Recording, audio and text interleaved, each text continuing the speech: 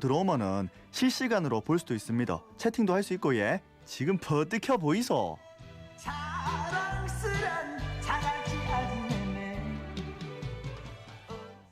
코로나19가 잠잠해지나 싶으면 다시 또 확산이 돼가 긴장의 끈을 놓을 수가 없습니다. 요양병원과 항운노조원 등 기존에 집단 감염이 발생한 곳에서 코로나19 확진자가 또 계속 나오고 있어가 걱정인데 예. 오늘도 부산의 코로나19 상황 진단해보고 예. 그리고 이번 달 내로 코로나19 백신 접종을 시작하기 위해 보건당국이 분주하게 움직이고 있습니다. 그런데 백신에 대한 우려가 계속되고 있어가 걱정인데 예. 오늘 백신에 대해서도 함께 이야기 나눠보겠습니다. 예, 동아대 감염내과 정동식 교수 전화 연결합니다. 교수님 안녕하십니까? 안녕하십니까? 네, 안녕하세요. 코로나19 환자 21명. 이걸 어떻게 평가해야 될지 모르겠지만 요양병원에서 또 나왔단 말이죠. 그 요양병원 확산이 좀 줄어드는가 싶었다가 다시 또 번지는 건 아닌지 많이들 우려하시더라고요. 좀 진단해 주실까요? 네, 지금 아마 부곡요양병원에서 총 지금 현재까지 89분이 확진이 되셨고, 네. 그게 종사자가 한 20분 정도 되고요. 그리고 최근에 또 현대요양병원에서 총 6분이 확진자가 지금 현재 돼서 이런 요양병원발 발생이 좀 지속이 되고 있는 게 조금 걱정이고, 거기에 이제 추가 또 감염 클러스터라고 할 수 있는 게 이제 항운노동조합 감천지부 쪽에서 네. 어제도 직원 1명하고 접촉자 1명이 추가돼서 지금 현재 총 44분이 이제 확진이 되셨거든요. 네. 그래서 심지어는 어제 이제 총 19분 확진자 중에서 요양병원이 9분이고 그리고 항운노조 쪽에서 한 2분이 추가되셔가지고 이 합치면은 거의 11분이거든요. 예. 그래서 이 두 클러스터에서 거의 대부분을 많이 차지하고 있는 정도인데 좀 방역수칙 준수가 철저히 이루어지지 않으면은 언제든지 사람들이 모인 곳이 있잖아요. 네. 그런 곳에서는 뭐 직장도 될 수가 있고 그래서 그런 곳에서 확진자가 이제 여러 명 대량 발생할 수 있기 때문에 내가 속한 직장은 아니겠지 또는 안전하겠지 뭐 이런 생각을 하시면 순간 바이러스가 침입할 수 있다고 생각하셔야 될 것 같습니다. 예. 아니 그런데 들어보니까 부산 항운노조 쪽은 팀별로 거리두기 작업을 이렇게 잘 해왔다 하더라고요. 그렇지. 그런데 왜 이래 됐을까요? 그게 뭐 좀 노력은 하신 것 같습니다. 아이디어를 내시고 그래서 혹시라도 한 팀 안에서 누가 생기더라도 그 팀 안으로 끝날 수가 있으니까 그렇죠. 작업을 같이 하지 않고 나누어서 하긴 했다고 하는데 예.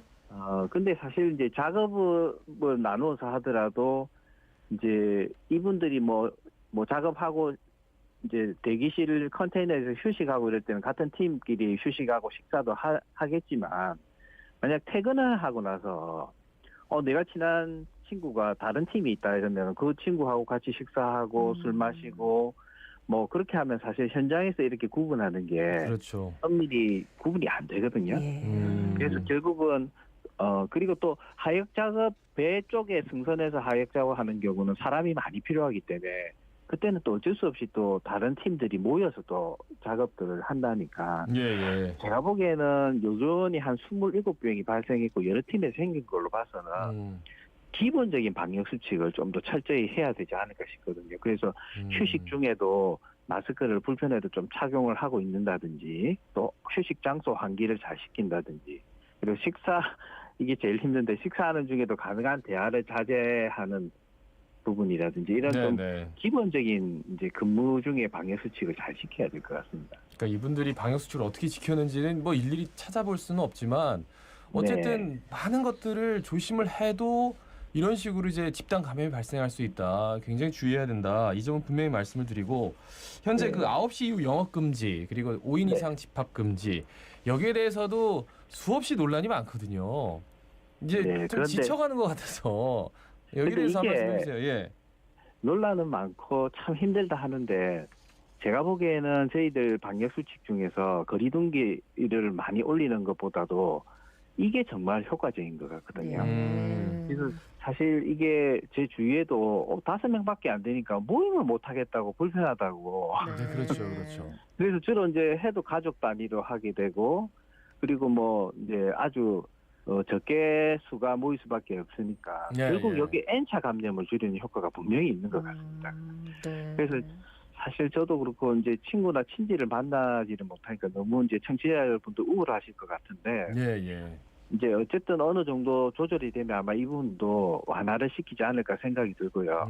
그 9시 이후에 영업 금지하는 부분에 대해서는 저도 조금은 생각이 다른 부분이 있는데 그동안 너무 오랫동안 이제 소상공인이나 자영업자분들이 고통을 좀 겪으셨을 텐데 예. 좀 그런 분들이 좀 출입구 명부, 테이블 간격 그리고 마스크 착용하고 환기하는 부분들 이런 걸 좀 철저히 해주시면서 지금은 또 시간을 연장을 해도 5인 이상 금지가 있고 그런 부분들이 있기 때문에 조금 조심스럽게 조금 완화를 해도 되지 않을까라는 생각은 가지고 있습니다. 예. 안 그래도 어제 뭐 여론조사한 거 보니까 국민 대다수가 이 거리두기 한 거 효과가 있다고 생각한다. 근데 하지만 너무 필요하다. 이런 얘기를 하더라고요. 맞습니다. 예, 그래서 좀 설에 좀 가족 모이는 거는 좀 풀어주면 안 되나 이런 의견도 많던데 어떻게 보십니까?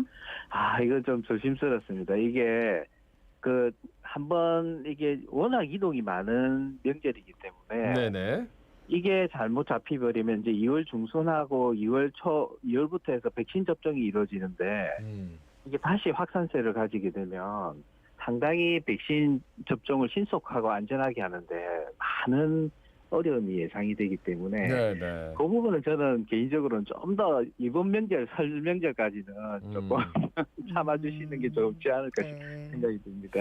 근데 지금 당장 뭐 거주지가 달라서 직계 가족이라도 5인 이상 집합 금지다라는 말씀을 듣고 네. 아유 그러면 뭐 나 가기로 했으니까 안 가야지라고 글쎄요 이게 분명히 이제 집합 금지라고 했긴 했는데 네. 뭐 돌보실 분들은 돌보겠죠. 근데 어쨌든 맞습니다. 예. 이런 식으로 한번 사람이 덜컥 어떤 걸음망 같은 것들을 한번 갖고 명절에 임하는 것과 그렇지 않은 거는 분명히 마음가짐도 다르고 나중에 결과물도 달라질 것이다. 맞습니다. 이런 좀더 판단인 거잖아요. 네, 조심하시게 되니까. 네, 그래요. 백신 공급 얘기를 좀 해볼게요. 네네. 야, 이제 2월인데 이제 백신 공급 될 때 됐잖아요. 근데 예. 뭐 파이자가 제일 먼저 접종이 될 거다. 근데 아직 네. 파이자가 식약청에서 통과가 안 됐다고 그러더라고요. 그래서 네, 뭐 여러 아마- 가지 과정을 뭐 거친다 뭐 이런 얘기가 있던데 뭐 네네. 말씀해 주시죠. 예.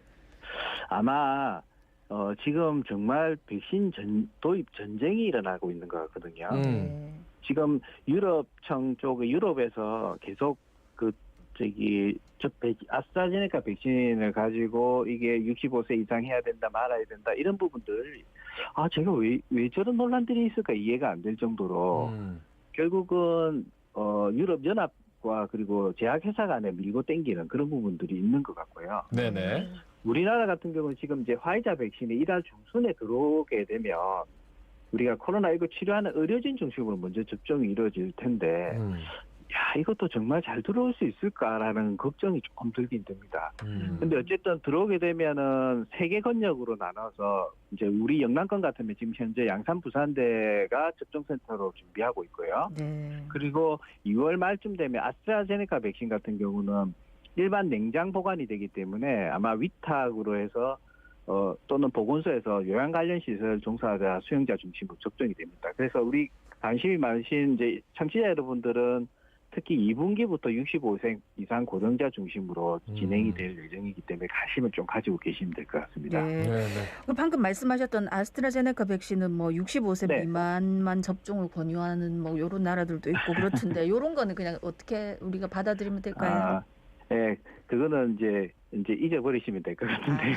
근데 왜냐하면 저는 사실 교수님 추가로 여쭤보고 네. 싶은 게 네, 아스트라제네카가 65세 이상의 어떤 임상 결과가 많이 없다, 많이 안 맞아봤다라는데 그럼 지금 승인된 파이자나 모더나 백신은 65세 이상의 임상 검증이 충분한 겁니까?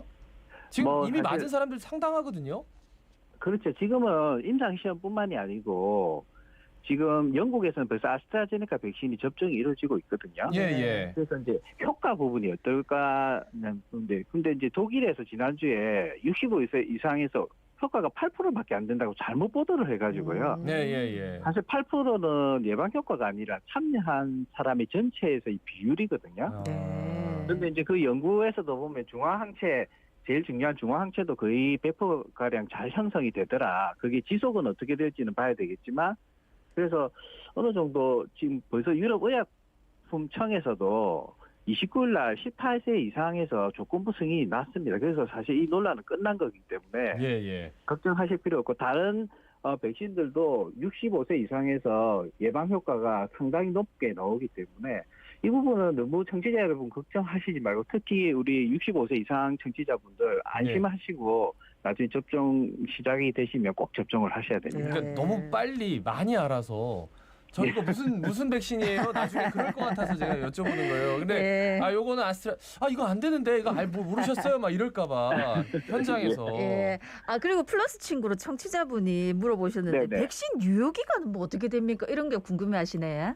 그렇죠. 유효기간 하면 조금 애매한데 우리가 백신 면역 효과가 얼마나 지속되는 기간이 되느냐라는 부분이거든요. 그래서 이게 중화항체가 결국은 우리가 예방하는 효과를 나타낼 수 있는데 이게 어느 정도 지속되느냐인데 우리 일반적으로 독감 같은 경우는 보통 5개월에서 6개월 정도 효과가 지속되거든요. 네네. 그래서 이 코로나19 백신은 현재는 데이터가 나온 게 하나가 있습니다. 그 모더나 백신인데 이 모더나 백신 항체 지속 기간을 보니까 1차, 2차 접종하고 그러니까 1차 접종하고 한 4개월 정도는 충분한 항체가가 지속이 되고요.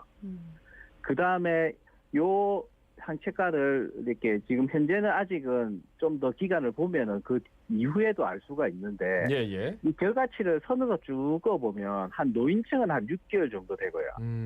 젊은 층은 한 1년 정도 유지될 걸로 예측이 되거든요. 그래서 이 정도면은 면역 유지 기간은 어느 정도 충분할 수 있을 거라서 이 변이 바이러스 팩터만 조금 영향만 없다면은 백신 면역 효과 기간은 충분할 걸로 예상이 됩니다. 그러니까 말씀의 요는 1년 후에 또 맞아야 된다는 얘기고 그리고 어르신들은 6개월에 그러니까 1년에 2번은 맞아야 된다 앞으로 계속.